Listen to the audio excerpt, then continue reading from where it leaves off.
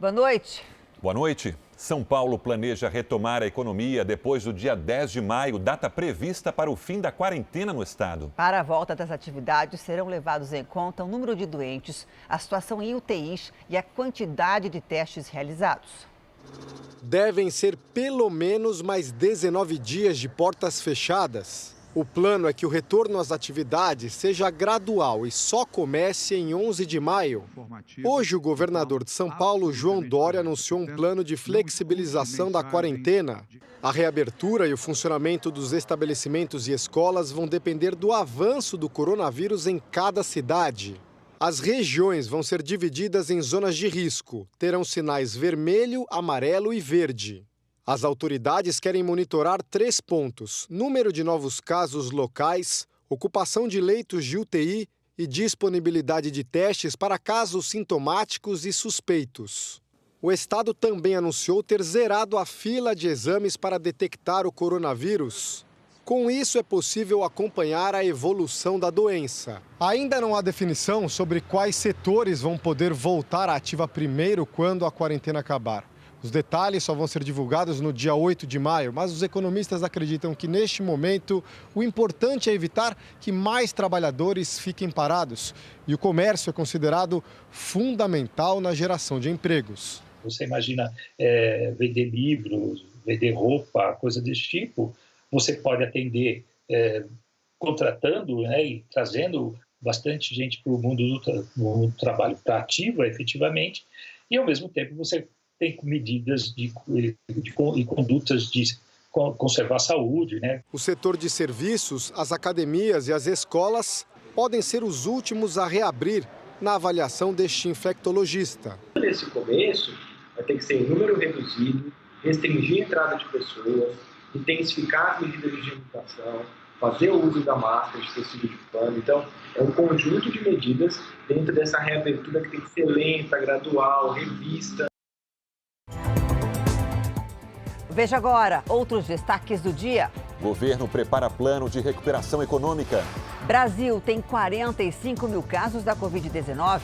Ministro da Saúde explica a estratégia de testes em larga escala. General que comandou a acolhida venezuelanos é o novo secretário executivo da Saúde. A Alemanha começa a testar vacina contra o coronavírus.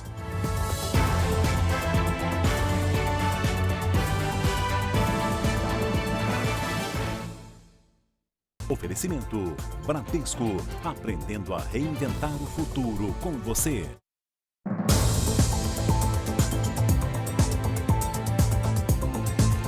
Começou hoje mais uma etapa da retomada das atividades em Santa Catarina, com a abertura de shoppings, restaurantes e academias. A rotina começa a voltar ao normal, mas os cuidados contra o coronavírus devem ser redobrados. Corredores vazios e pouco movimento nas lojas. A volta à rotina ainda deve levar algum tempo. Sem ônibus também é complicado, né? As pessoas virem para shopping sem ônibus, funcionários virem para shopping sem ônibus, né? Os shopping centers, galerias e centros comerciais devem seguir um horário reduzido, do meio-dia às 8 da noite. Para os vendedores, uma esperança de manutenção do emprego. A gente se sente prisioneiro em casa, né? Porque a gente tem que trabalhar para ter o nosso sustento, né? Foram 34 dias de portas fechadas desde o decreto que suspendeu as atividades não essenciais. O primeiro dia da retomada foi de limpeza e adaptação às novas regras criadas pelo governo para tentar evitar a disseminação do novo coronavírus. Máscaras e álcool gel. O número de clientes não pode passar de 50% da capacidade do shopping. Nas academias, esse percentual cai para 30%. Os alunos serão organizados em grupos e podem permanecer no local no máximo 1 hora. Os cuidados com a higiene e o distanciamento também devem ser redobrados nos restaurantes e lanchonetes, assim como nos hotéis, onde as áreas comuns ainda não podem ser usadas. As atividades físicas individuais já podem ser feitas ao ar livre. Eu acho que ficar em casa parado mata mais depressa, principalmente o adulto, porque ele entra em depressão ele fica irritado, a pressão sobe. Mas com a maior liberdade é preciso ter mais cuidado. Com certeza essa liberação foi baseada em estudos por epidemiologistas, né? Tem base científica. Porém, é importante as pessoas entenderem que o risco de adquirir a Covid-19 continua, que é uma doença grave. Em Goiás, autoridades da saúde avaliam que o isolamento fez com que o número de contaminados pelo coronavírus ficasse abaixo do esperado. E por isso, 70% do comércio e serviços vão voltar à rotina. Depois de mais de 30 dias, Paulo não via a hora de dar um tapa no visual. Visual novo e agora aí para voltar aos trabalhos de todos aí. Os salões de beleza estão entre as atividades que tiveram autorização do governo para voltar ao trabalho. O número de atendimentos foi reduzido e os equipamentos de proteção são obrigatórios. Distribuir esses clientes ao longo do dia, né? Mas está dando certo, vai dar certo e logo a gente vai passar essa crise e vamos estar sorrindo do outro lado. A flexibilização do decreto de quarentena só foi possível porque os casos de coronavírus estão abaixo do esperado aqui em Goiás. Simulações feitas no fim de março apontavam que, no pior dos cenários, o estado teria 20 casos para cada 100 mil habitantes. No melhor cenário, 10. O índice real ficou em 5,6. Ela está mostrando indícios de achatamento e, se continuar nessa mesma perspectiva nos próximos dias, nas próximas semanas, a gente consegue ter certeza com relação a isso. O governo está trabalhando de uma forma geral justamente para esse retorno responsável, paulatino, para a gente ter o controle da situação e não chegar numa situação que a gente perca esse controle. Por enquanto, cerca de 70% das atividades econômicas estão autorizadas a funcionar com restrições de público e higiene.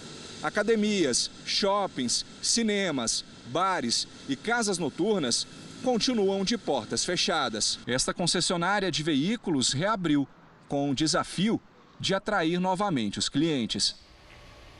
O Brasil tem hoje 45.757 casos de Covid-19. São 2.906 mortes, 165 a mais do que ontem. São Paulo se aproxima de 16 mil casos, 15.914. Tem 1.134 mortes e, na sequência, vem o Rio de Janeiro, com 5.552 casos de contaminados, 490 mortes. Fora São Paulo e Rio, 3 estados têm mais de 200 mortes: Pernambuco, Ceará e Amazonas. Os números são do Ministério da Saúde. E foi confirmado hoje o primeiro caso de Covid-19 nas penitenciárias do Amazonas. O preso está internado no hospital de Manaus. O estado tem proporcionalmente o pior número de casos confirmados e mortes por coronavírus do país.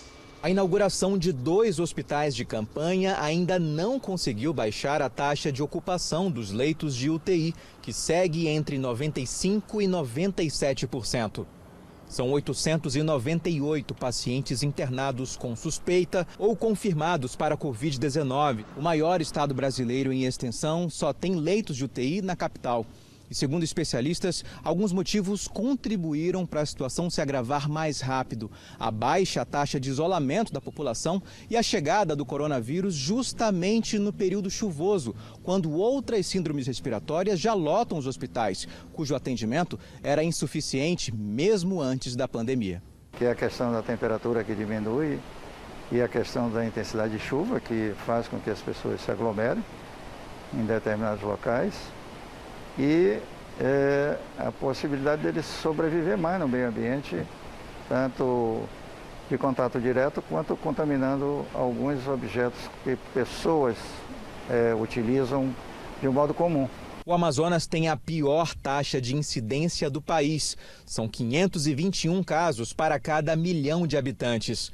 A taxa de mortes também é a pior, 46 para cada 1 milhão. Seguido de Pernambuco, com 27 mortes, Rio de Janeiro e São Paulo.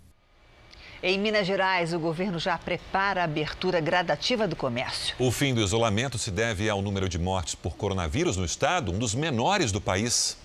47 mortes por coronavírus foram confirmadas em Minas e outras 77 estão em investigação. Segundo o Ministério da Saúde, a taxa de letalidade no estado é a metade da média do país. É a 4ª menor do Brasil para cada grupo de 100 mil habitantes, com 0,18%. Para os especialistas, o mineiro está morrendo menos porque foi mais obediente à quarentena. Nós estamos próximos do Rio, próximos de São Paulo, e não temos grandes diferenças nessas questões climáticas, né? Então, eu acredito que seja mesmo o distanciamento como principal fator. Por enquanto, os números ajudam e agora podem influenciar decisões. A ideia é traçar uma estratégia para a retomada gradativa do comércio, que segue fechado, sem data definitiva para reabrir. Com 21 milhões de habitantes, Minas tem pouco mais de 1.200 casos confirmados. Por enquanto, os infectados não representam nem 0,5% da população. A maioria teve sintomas leves e nem precisou ir para o hospital. Seu José, por exemplo, teve apenas perda de apetite. Depois de 14 dias de isolamento na própria casa, o presidente do Cruzeiro, de 81 anos, recebeu a notícia da cura. Fui só melhorando, felizmente, e graças a Deus consegui passar. O governo federal anunciou hoje o novo secretário executivo do Ministério da Saúde. O general do Exército, Eduardo Pazuello, será o segundo nome mais importante da pasta. No 6º dia como ministro da Saúde, Nelson Teich anunciou a escolha do presidente Bolsonaro para o cargo de secretário executivo da pasta, o general do Exército, Eduardo Pazuello.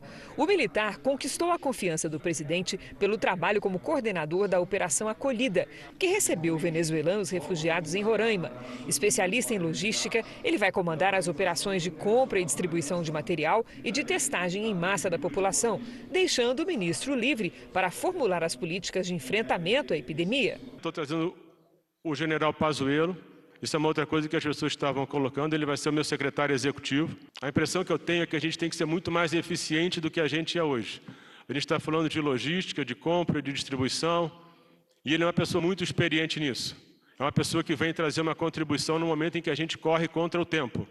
Não só contra o tempo em relação à Covid, mas em relação a como o país vai ficar, como o sistema de saúde vai ficar. Desde a mudança no comando do Ministério da Saúde, o presidente vem deixando claro o que deseja da pasta. Uma gestão bastante diferente da anterior, com forte presença do próprio Planalto.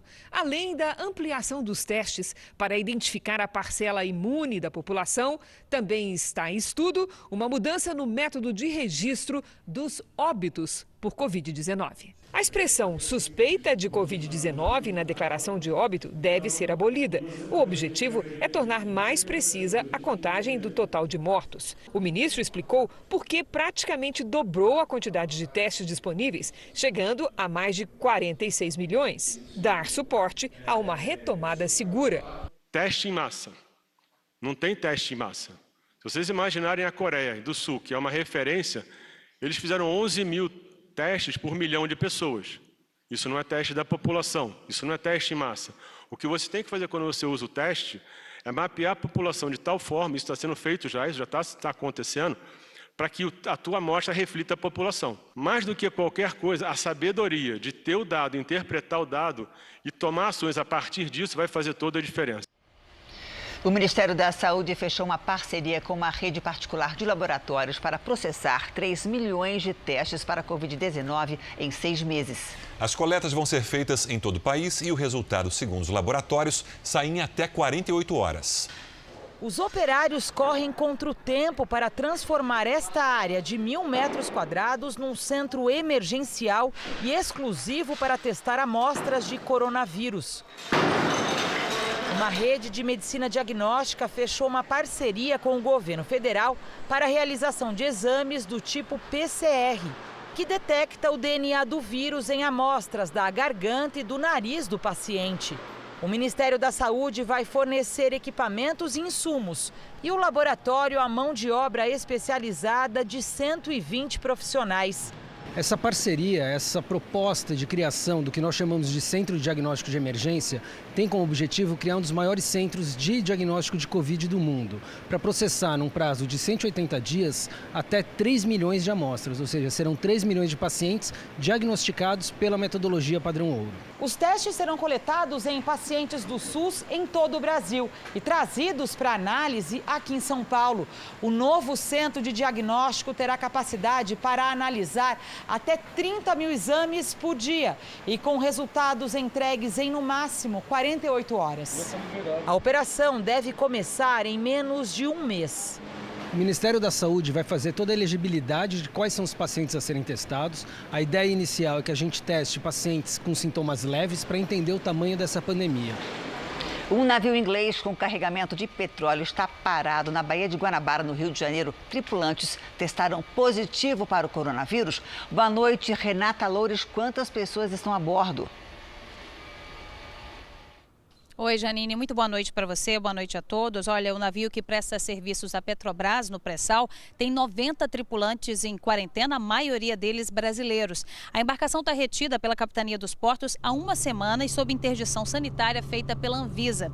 De acordo com a Federação Nacional dos Trabalhadores em Transportes Aquaviários, 4 tripulantes foram infectados pelo coronavírus e há ainda suspeita de que existem outras 10 pessoas contaminadas. Já de acordo com a Anvisa e com a empresa responsável pelo navio, são 3 infectados e eles já foram transferidos para hotéis. De acordo com a federação, existem outros 8 navios do ramo do petróleo passando pelo mesmo problema. De acordo com a Anvisa, aqui no Porto do Rio, 4 navios têm tripulantes com a Covid-19. Janine. Obrigada, Renata. Um voo que saiu hoje de Campinas, no interior de São Paulo, provocou aglomeração no aeroporto de Viracopos. O detalhe é o seguinte, Janine, o avião que ia para Cuiabá estava superlotado. Alguns passageiros tiveram que ser realocados.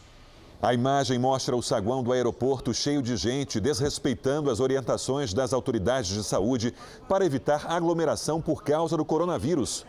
Nesta imagem dá para ver faixas amarelas no chão, indicando a distância de 2 metros que deveria ser respeitada pelos passageiros. O problema foi em um voo da Azul. A empresa disse que prestou assistência aos clientes que não puderam embarcar. A concessionária que opera em Viracopos informou que há no saguão avisos sonoros e visuais com orientações aos passageiros e também que são cumpridos protocolos de higienização e limpeza. Na lista de recomendações da ANAC, não há menção a distanciamento de passageiros dentro dos aviões. Um dos chefes da maior facção criminosa do país fugiu da prisão no Paraná. Ele escapou depois de uma decisão da Justiça que autorizou a prisão domiciliar por causa da pandemia do coronavírus. O fugitivo estava preso na penitenciária estadual de Piraquara, na Grande Curitiba, até o dia 1º de abril. Valacir de Alencar cumpria a pena de mais de 70 anos em regime fechado. Atendendo a um pedido da defesa, o juiz Diego Paolo Baralci entendeu que Valacir, por ter hipertensão e estar no grupo de risco da Covid-19, deveria cumprir prisão domiciliar. Mas Valacir de Alencar rompeu a tornozeleira eletrônica e desapareceu. O documento do Departamento Penitenciário do Estado do Paraná mostra que o equipamento parou de funcionar no dia 18 de abril, depois de ficar transitando na BR-376 durante todo o dia, indicando que foi deixado em algum meio de transporte. Esta é a 3ª vez que Valacir conseguiu fugir. Ele estava preso por tráfico de drogas, lavagem de dinheiro e porte de arma. E também é apontado como líder no estado do Paraná de uma facção criminosa paulista. A Secretaria de Segurança Pública do Estado pediu a prisão definitiva do traficante. Este advogado criminalista afirma que, nestes casos, o histórico do detento deveria ser levado em conta e que a Justiça poderia procurar uma alternativa que não fosse a prisão domiciliar. Considerada a periculosidade desse preso, quem sabe pedir ajuda ao governo federal para alocá-lo num presídio federal. O que ele precisaria imediatamente era só um local em que ele pudesse manter as regras de distanciamento. A Câmara dos Deputados retirou da pauta de hoje a votação do pedido de urgência do projeto de lei que obriga empresas com capital superior a R$1 bilhão a fazer empréstimos ao governo federal. Segundo o autor do projeto, a medida pode gerar R$50 bilhões em receita para o combate ao coronavírus. O projeto recebeu críticas da Confederação Nacional da Indústria e de vários juristas pelo caráter intervencionista da proposta. A CNI afirma que essa proposta poderia gerar mais desemprego e dificultar as empresas durante a retomada da atividade econômica. A Câmara ainda não marcou nova data para votar o projeto. O governo federal prepara uma série de medidas para a retomada da economia. O plano batizado de Pro-Brasil vai investir em obras de infraestrutura para estimular novos empregos. No Palácio do Planalto, Bolsonaro participou de uma reunião com a presença dos ministros. O assunto principal foi a articulação de um plano para a recuperação da economia. O programa batizado de Pro-Brasil vai ser coordenado pelo ministro Braga Neto e tem como objetivo estimular ações de vários ministérios. Já há propostas enviadas pelos Ministérios de Desenvolvimento Regional, Infraestrutura, Economia, Ciência e Tecnologia. Instituições como o IPE, Instituto de Pesquisa Econômica Aplicada, e a Fiesp, Federação das Indústrias de São Paulo, também devem contribuir. Entre as medidas estudadas estão investimentos pesados em infraestrutura com o objetivo de gerar empregos e ajudar no escoamento da safra.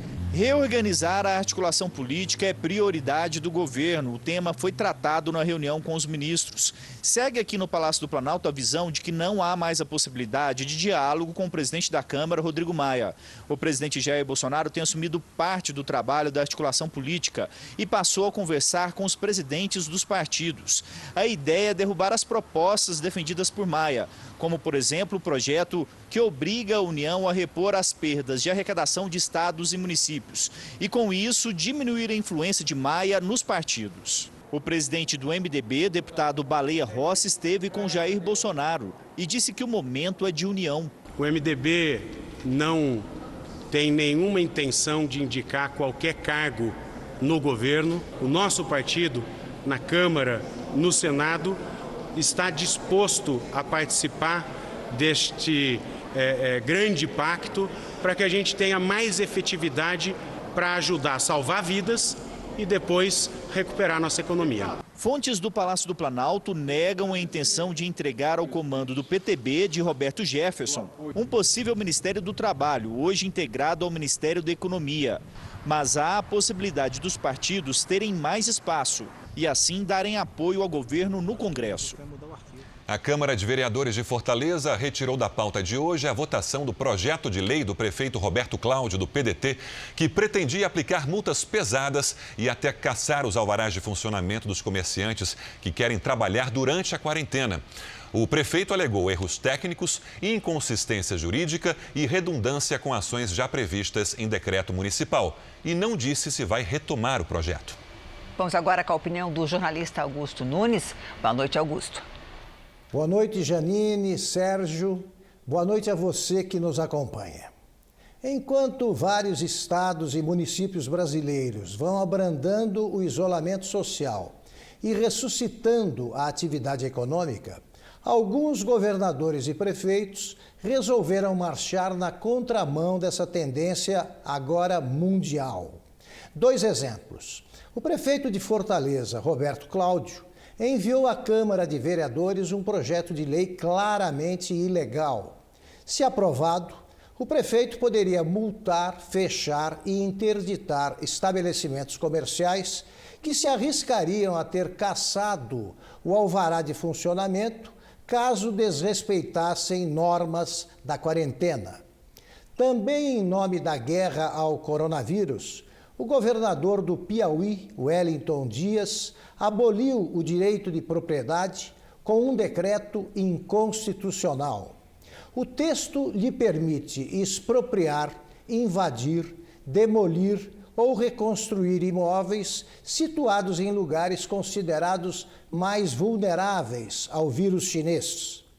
Ao decidir que cabe aos estados e municípios a gerência do combate ao coronavírus, o Supremo Tribunal Federal despertou pequenos déspotas adormecidos. Eles imaginam que dispõem de poderes absolutos. e andam ampliando a coleção de medidas fora da lei e abusos de autoridade. Logo terão de acertar contas com o eleitorado e com a justiça.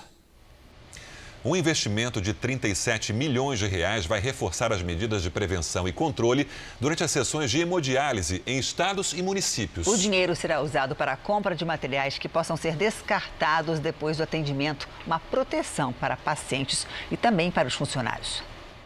Adam tem 36 anos e há 4 faz hemodiálise por causa de um problema renal crônico. Mesmo com a pandemia, ele tem de ir ao hospital 3 vezes por semana. É ser necessário, né, para a nossa sobrevivência, né?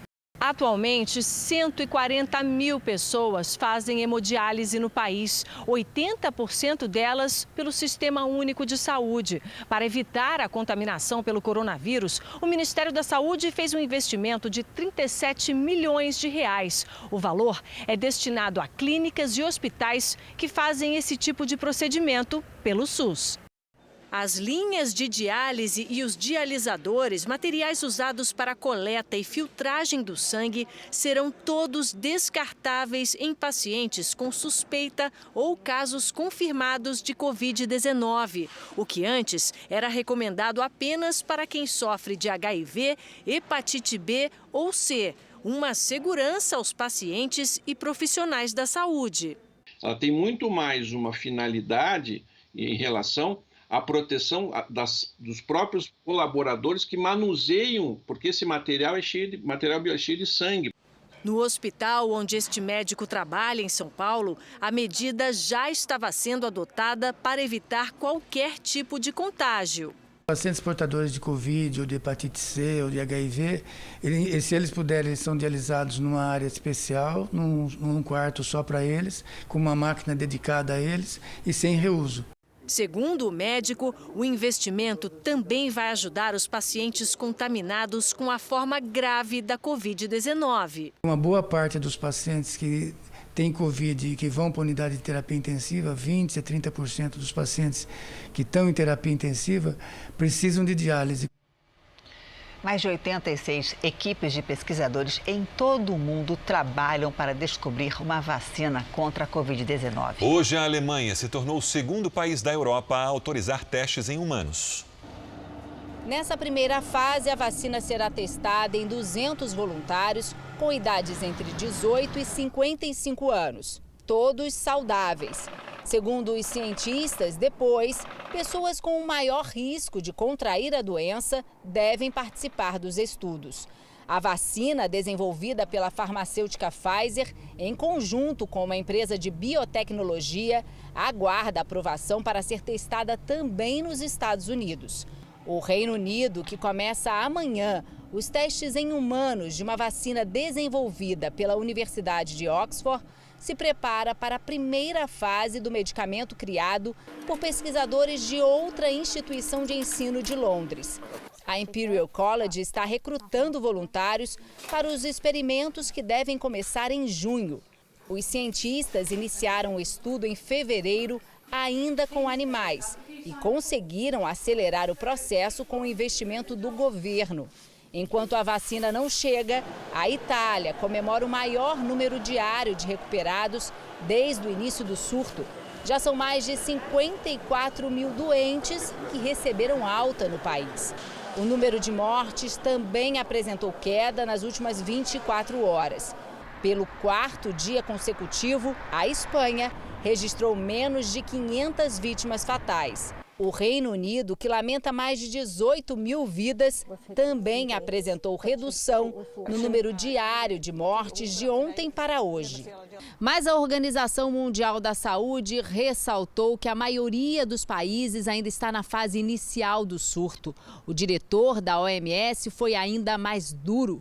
Disse que ainda temos um longo caminho a percorrer e que o vírus estará conosco por muito tempo. Mas países que parecem já ter passado pelo pior, como a Alemanha e a Eslováquia, começaram a retomar o comércio de forma gradual. O Pentágono afirmou hoje que o líder da Coreia do Norte tem pleno controle do exército do país. Segundo o general americano John Hyten, o serviço de inteligência não confirma ou nega qualquer informação sobre Kim Jong-un. A imprensa americana divulgou que Kim estaria com problemas de saúde depois de uma cirurgia. A agência de notícias da Coreia do Norte não fez nenhuma menção à saúde do líder do país nesta quarta-feira. Veja a seguir a inadimplência nas universidades. Mais de 25% dos alunos deixaram de pagar as mensalidades. E ainda hoje, americanos vão às ruas para defender a reabertura da economia.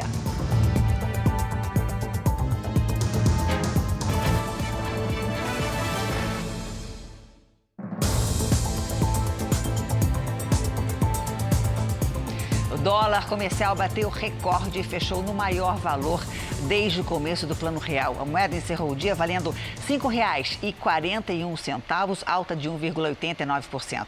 A instabilidade no mercado internacional de petróleo e também a expectativa de mais um corte na taxa de juros no Brasil motivaram a alta do dólar. A crise econômica provocada pelo novo coronavírus afeta o ensino superior no país? Com o dinheiro mais curto, a inadimplência atingiu 25% na primeira quinzena de abril. E muitos estudantes estão trancando o curso porque não conseguem pagar as mensalidades.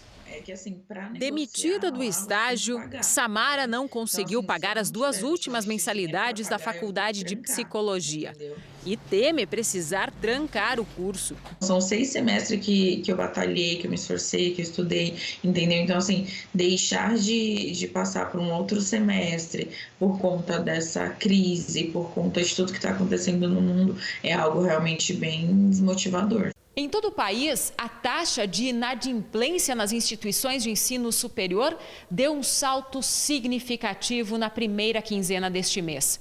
Mais de 25% dos alunos deixaram de pagar a mensalidade. O que preocupa as instituições não é só a falta desses recursos nesse momento, mas também a possibilidade dos alunos desistirem dos estudos. Uma pesquisa revela que a grande maioria dos universitários brasileiros não tem a intenção de parar de estudar. Mas outro levantamento aponta que as dificuldades podem levar a uma evasão de até 34% neste ano. Se ele começar a ter problema de renda efetivamente, ele vai suspender, ele vai trancar e depois ele volta. Foi o que aconteceu com a maquiadora Leila. Ela não queria, mas se viu obrigada a trancar o curso de marketing. Eu até tentei conversar com a faculdade, liguei várias vezes, mandei e-mail pedindo, para eles darem um prazo, parcelar. Tentei conversar com eles, por mensagem, por e-mail, por aplicativo. Aí eles não tinham nenhum plano de emergência. Salas e pátio vazios. Nesta universidade, quem costuma ter aula presencial está em casa, assistindo pela internet. Apesar das aulas continuarem dessa forma, 1 em cada 5 alunos não pagou a mensalidade de abril. A instituição decidiu avaliar caso a caso para que ninguém desista da faculdade. Os alunos que não pagaram, nós estamos entrando em contato para entender qual é o problema do aluno. E aí, a partir daí, buscar uma solução para ele, A Receita Federal arrecadou em março 109 bilhões 718 milhões de reais, uma queda de 3,32% em relação ao mesmo período do ano passado. Foi o menor valor por mês desde março de 2010, quando foram recolhidos 105 bilhões 717 milhões de reais. Segundo a Receita, o resultado de agora ainda não reflete os efeitos do isolamento social. A Câmara dos Deputados aprovou agora há pouco o texto base que concede crédito mais acessível para micro e pequenas empresas. Vamos a Brasília, ao vivo, com Luiz Fara Monteiro. Fara, boa noite. Oi, Sérgio, muito boa noite. O projeto cria o Programa Nacional de Apoio às Médias, Pequenas e Microempresas. E ao invés de a União colocar dinheiro diretamente na operação, como estava no texto original, os bancos participantes farão empréstimos com recursos próprios e aí sim vão contar com a garantia do governo no valor de até 15 bilhões total. Micro e pequenas empresas poderão obter empréstimos em valores de até 30% de sua receita bruta em 2019. Para empresas com menos de 1 ano de funcionamento, o limite do empréstimo será de até metade do seu capital social ou até 30% da média de seu faturamento mensal, o que for mais vantajoso para a empresa. Deputados votam agora os destaques desse projeto. Já no Senado Federal foi aprovado a proposta que amplia o auxílio emergencial de R$ 600, que já está sendo pago a trabalhadores de baixa renda, para autônomos como diaristas, garçons, caminhoneiros, entre outros. Sócios de empresas que estão inativas por conta do coronavírus e mães adolescentes também poderão receber a ajuda. De Brasília, Luiz Fara Monteiro. Obrigado, Fara. Até amanhã. Veja a seguir, idosos e pensionistas começam a receber na sexta-feira a primeira parcela do 13º. E veja também a alegria da vida depois da cura, o prazer da dança com o médico.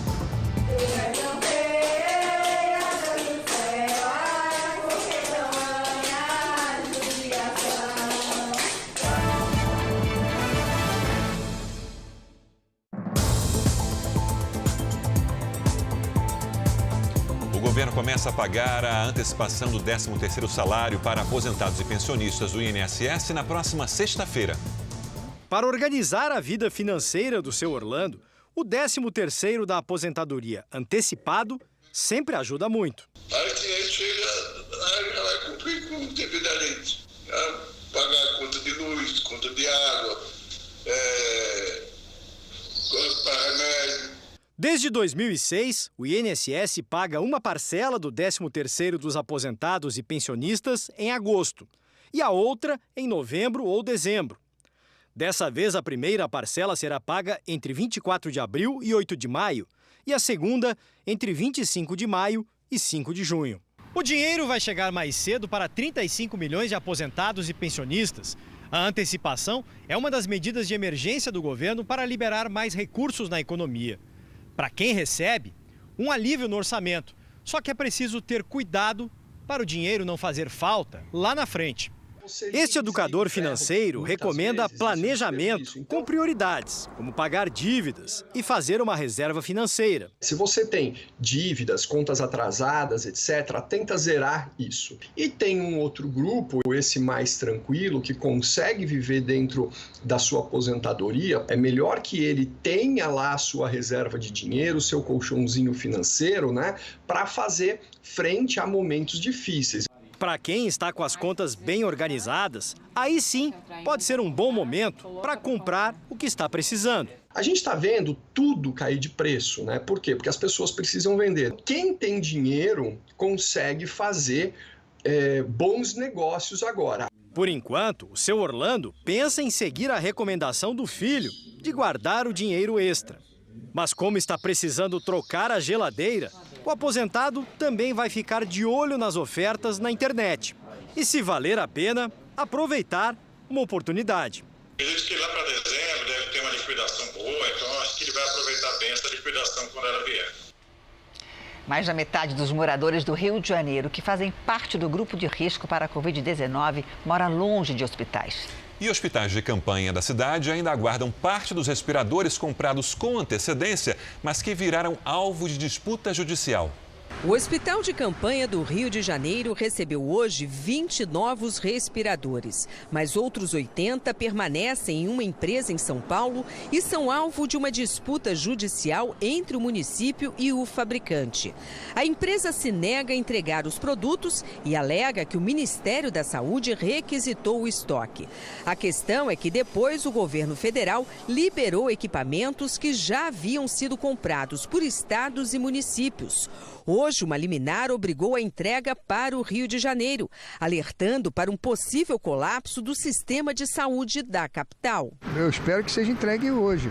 É muito necessário para cá, para o nosso hospital de campanha. Além de equipar os hospitais, o Rio de Janeiro e outras capitais do país têm outro desafio: aproximar os leitos de UTI da população mais pobre. Foi o que apontou uma pesquisa feita em 20 estados. Mais de 1,5 milhão de brasileiros considerados vulneráveis moram a mais de 5 quilômetros de hospitais do SUS, que têm leitos com respiradores. O levantamento é do Instituto de Pesquisa Econômica. No Rio de Janeiro, 55% dos moradores com mais de 50 anos e que utilizam o SUS estão longe dos hospitais. Em São Paulo, o índice é de 25%. Na prática, o que a gente está apontando para a Prefeitura é quais são os bairros que poderiam ser priorizados para estratégia de atendimento alternativo. Seja construir um hospital de campanha naquele bairro, aumentar o trabalho das equipes com agentes de saúde. A Procuradoria-Geral do Município do Rio informou que a empresa já foi notificada para que cumpra a ordem judicial. Procurada, ela não respondeu se vai recorrer. Em uma segunda disputa judicial por respiradores, o ministro Celso de Mello determinou que uma outra empresa entregue ao governo do Maranhão, no prazo de 48 horas, 68 equipamentos que haviam sido comprados pelo Estado e também requisitados pela União. O Pantanal vive a pior onda de incêndios dos últimos 10 anos. A estiagem prolongada tem favorecido o avanço das chamas. A Serra do Amolar e Baía Vermelha, no Pantanal de Mato Grosso do Sul, são hoje as áreas mais afetadas pelo fogo. O combate se concentra também no Parque Nacional do Pantanal, perto da fronteira com a Bolívia. Aviões do Distrito Federal e também do Mato Grosso se juntaram no combate e lançam água para tentar reduzir as chamas. Cerca de 3.000 litros despejados em cada sobrevoo. O mês de abril já representa a pior onda de incêndio dos últimos 10 anos no Pantanal. O município de Corumbá lidera o ranking nacional de queimadas, com mais de 1.000 focos de calor, segundo o Instituto Nacional de Pesquisas Espaciais. Além da diversidade, da biodiversidade, também existe uma população ribeirinha muito grande nessa região. É uma luta contra o tempo a salvar a biodiversidade, preservar vidas. O governo de Mato Grosso do Sul já solicitou ao IBAMA a contratação temporária de brigadistas para auxiliar no combate às queimadas no Pantanal. Um helicóptero do Corpo de Bombeiros de Santa Catarina também deve reforçar as ações de emergência na região. A Polícia Militar Ambiental investiga se, além da estiagem, queimadas criminosas podem ter contribuído para o aumento dos focos de incêndio. Em Campo Grande, Mato Grosso do Sul, a umidade relativa do ar ficou em 35%, a mais baixa entre as capitais brasileiras, bem abaixo do recomendado, que é de 60%. Boa noite, Lidiane. E como é que pode essa secura? Quando é que volta a chover para aliviar isso? Vai demorar um pouquinho, viu, Janine? Boa noite para você, para o Sérgio, para todo mundo que nos acompanha. Olha, uma circulação de ventos na região sul funciona como um ventilador. O ar gira no sentido anti-horário e empurra as frentes frias para o oceano. Isso deve durar 2 semanas. Amanhã, então, será mais um dia seco entre o Rio Grande do Sul e o interior da Bahia e também em Mato Grosso do Sul e parte de Mato Grosso. À tarde, a umidade fica em torno de 27% na metade sul do Brasil. Já na metade norte, chove a qualquer hora entre o Acre e o litoral da Bahia. Alerta para alagamentos e deslizamentos do Recôncavo Baiano até o Maranhão. Em Manaus, faz 32 graus de máxima amanhã. Em Porto Velho e Campo Grande, 31 graus. Em São Luís e Salvador, 29. Em Goiânia e no Rio de Janeiro, 30 graus e até 27 em Porto Alegre. Rapidinho aqui no Tempo Delivery para a Inês de Poços de Caldas, Minas Gerais. Vamos lá. Inês, sol, 22 graus e sem chance de geada nos próximos dias aí para você, olha. Cuiabá também será a capital mais quente, com 35 graus e chuva à tarde amanhã. Em Brasília, tempestade com risco de granizo e máxima de 24 graus. Em Belo Horizonte e em São Paulo, dia ensolarado com máximas de 26 e 27. Até amanhã, Janine. Até amanhã. Obrigada, Lidiane. Morreu hoje o empresário Mário Petrelli, fundador dos grupos RIC e ND, que transmitem a Record TV no Paraná e em Santa Catarina. O empresário estava internado nesse hospital de Florianópolis. Ele teve uma parada cardíaca por causa de uma hemorragia durante um procedimento de endoscopia e não resistiu. Mário José Gonzaga Petrelli nasceu em Santa Catarina, mas com 15 anos se mudou para Curitiba. Cursou Direito na Universidade Federal do Paraná e, ainda estudante, trabalhou como repórter e editor político em jornais do sul do país. Nas décadas de 60 e 70, Mário Petrelli se dedicou ao direito e se tornou um dos principais executivos de seguros do país. Em 1975, o empresário voltou para a área de comunicação, quando comprou a TV Vanguarda, no interior do Paraná. Em seguida, adquiriu a TV Cultura, em Chapecó, Santa Catarina. Hoje, os grupos RIC e ND têm juntos 10 emissoras que geram o sinal da Record TV para todo o Paraná e Santa Catarina. O presidente da Record TV lamentou a morte. O doutor Mário Petrelli era uma figura emblemática, ímpar. Era uma pessoa assertiva, de decisões firmes, mas, acima de tudo, era um ser humano incrível. Certamente fica um grande legado da sua trajetória, tanto na vida política como nas comunicações do nosso país. Santa Catarina decretou luto de 3 dias. Que o seu exemplo seja seguido por muitos dos catarinenses, aqueles que empreendem aqui no nosso estado, como um homem empreendedor, enfim, honesto em seu trabalho. O governador do Paraná lembrou o empenho do empresário para desenvolver o estado. O Paraná perde muito, o Brasil perde muito, Santa Catarina também perde muito. O ex-presidente Fernando Henrique Cardoso ressaltou a importância do empresário no cenário nacional. Era um homem prestante, um homem que sempre estava disposto a ajudar o Brasil, ajudar as causas. O empresário deixa como legado a defesa da democracia e da liberdade de expressão. A liberdade de imprensa é uma necessidade. Eu sempre imaginei a grandeza da imprensa. Imaginei a comunicação como arma da sociedade, como defesa da cidadania, como defesa dos poderes do empresariado, do povo, numa organização sadia e completa. Isso era o meu espírito. Em nota, a Record TV lamentou o falecimento de Mário Petrelli, que definiu como um dos maiores empresários de comunicação do Brasil. A Associação Brasileira de Rádio e Televisão, a Abratel, manifestou pesar pelo falecimento do empresário e lembrou a carreira de Petrelli, primeiro como jornalista e depois como empresário de comunicação. O presidente Donald Trump disse hoje que os parques nacionais dos Estados Unidos serão reabertos o mais rápido possível. Novas manifestações a favor da reabertura da economia foram registradas no país. A carreata em Albany, capital de Nova York, pediu a volta ao trabalho. Foi o que aconteceu também na Virgínia e em uma cidade da Califórnia. Hoje, o estado descobriu que teve as 2 primeiras mortes por coronavírus no país no começo de fevereiro. Mas ninguém sabia que as 2 pessoas estavam infectadas. O governo do Missouri decidiu processar a China e acusa o país de ter disseminado a doença por negligência.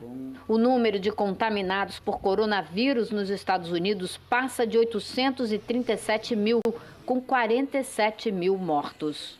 O diretor do Centro de Controle de Doenças alertou que o país pode enfrentar uma segunda onda de contaminação no inverno, entre dezembro desse ano e março do ano que vem. Por isso, o prefeito e o governador aqui de Nova York querem ver mais centros como esse funcionando, fazendo o teste da doença. Numa coletiva agora à noite, o presidente Donald Trump disse que os Estados Unidos estarão preparados caso uma segunda onda de contaminação por coronavírus aconteça no inverno. Trump também assinou o decreto que suspende a emissão de vistos para imigrantes. Vamos ao vivo a Nova York, o Heloísa Vilela, que tem mais informações. Oi, Heloísa, boa noite para você. Boa noite, Janine. O presidente disse que assinou a ordem executiva pouco antes de dar início à entrevista coletiva de hoje. O decreto adia por 2 meses a emissão de vistos de imigração e do chamado Green Card, o documento de residência permanente no país. Quem está na fila vai ter que aguardar mais um pouco. Segundo Trump, o objetivo da medida é dar prioridade aos americanos na fila de empregos quando a economia reabrir. Janine. Tá certo. Obrigada, Heloísa. Hospitais de Tóquio estão sem equipamentos básicos de proteção. Bom dia aí para você, Cíntia Godoy. Por falta de proteção, os médicos também estão em risco, né? Pois é, Janine, boa noite para vocês. Faltam máscaras e aventais, equipamentos que são ali a primeira proteção dos profissionais de saúde. Uma pesquisa revelou que algumas equipes tiveram até que usar a mesma máscara por 4 dias seguidos, o que não é recomendado pela OMS. Ainda aqui em Tóquio, uma creche registrou 8 casos de coronavírus em crianças. Nenhuma delas teve sintomas graves. Já os viajantes que chegarem a Pequim, na China, terão que ficar em isolamento obrigatório por 3 semanas. E na Coreia do Sul foi criado um fundo de mais de 170 bilhões de reais para ajudar empresas a manter empregos. Janine, Sérgio. Obrigada, Cíntia. Sérgio, qual é a boa notícia de hoje? Vem da Ásia também, Janine. Um bebê de apenas 1 mês de vida é o mais jovem paciente da Tailândia a se recuperar da Covid-19. O bebê, que chegou a ter pneumonia, passou por 10 dias de tratamento com 4 antivirais. O pulmão começou a melhorar no 5º dia de forma gradual. Nos Estados Unidos, uma mulher de 57 anos também se recuperou. Kathleen Bennett tinha um agravante: o lúpus, doença autoimune que poderia ter gerado complicações durante o tratamento contra a Covid-19. Ela é a paciente de número 1.500 a deixar esse hospital na cidade de Nova Orleans. 25.318 pacientes já se recuperaram aqui no Brasil do coronavírus. Isso representa pouco mais da metade do total de infectados até o momento. Em Pernambuco, o vídeo de um médico dançando asa branca com uma paciente internada viralizou. Ela recebeu alta depois de passar quase 20 dias na UTI. Com todo o equipamento de segurança, o médico Pedro Diniz tira a paciente para o forró conhecido de norte a sul do país. A mulher estava internada na UTI do Hospital Universitário em Petrolina desde o dia 2 e chegou a ficar 14 dias entubada. Foi uma mensagem de esperança para aquelas pessoas que estão lidando com a doença, que têm o coronavírus, para os seus familiares, seu ciclo social, para os profissionais de saúde que estão enfrentando uma batalha muito difícil, muito árdua, às vezes longe das famílias, sob o risco de contaminação ou de infecção a cada plantão. Carinho muito merecido. O Jornal da Record termina aqui. A edição de hoje na íntegra e também a nossa versão em podcast estão no Play Plus e em todas as nossas plataformas digitais. E à 00:30 tem mais Jornal da Record. Fica agora com a novela Apocalipse. Boa noite para você e a gente se vê amanhã. Boa noite e até amanhã.